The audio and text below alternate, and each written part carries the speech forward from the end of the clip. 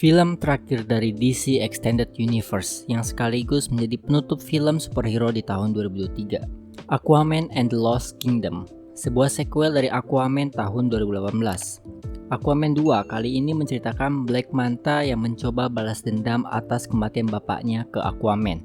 Kalau di film pertamanya kita dikasih lihat petualangan antara Arthur dan Mera. Kali ini kita bakal lihat sepasang adik kakak Arthur dan Orm. Film ini terbilang digendong oleh penampilan mereka berdua karena jelas ya, dari cerita film ini klise banget, cuman balas dendam. Belum lagi ada senjata kuno kayak Trisula King Atlan namanya Black Trident. Ya, jadinya ada cerita yang didaur ulang lagi. Chemistry Arthur dan Orm dapat banget sebagai kakak adik dan ada love-hate relationship juga. Apalagi mereka kadang masih bawa-bawa masalah yang ada di film pertamanya, namun semua itu dikupas menjadi sebuah komedi. Acting dari Jason Momoa dan Paul Wilson udah gak usah diragukan lagi. Pokoknya yang paling gue suka penampilan mereka berdua inilah abang adik.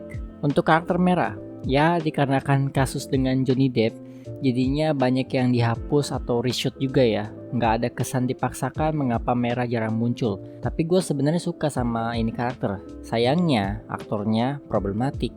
Kemudian visualnya, sama seperti di film pertamanya, di film kedua selalu ada kata wow untuk visual di bawah lautnya ya.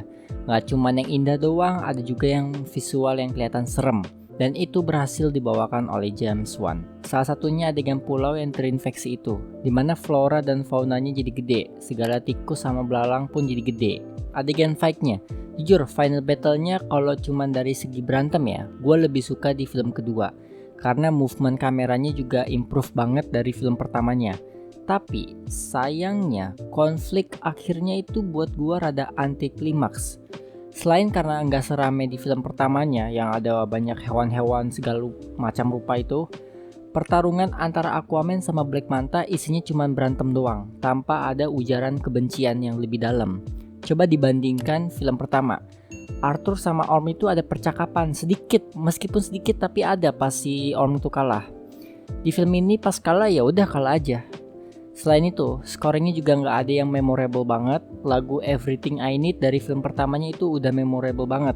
Sayangnya di film kedua nggak ada lagu baru yang memorable. Untuk endingnya, sebenarnya gue nggak kaget sih sama endingnya kalau Atlantis ini bakal mereveal ke dunia darat. Tapi yang bikin cukup disayangkan yaitu prosesnya nggak diliatin. Padahal udah dibilang di awal film ada yang nggak setuju. Sayang banget aja sih menurut gue proses rapatnya itu nggak diliatin.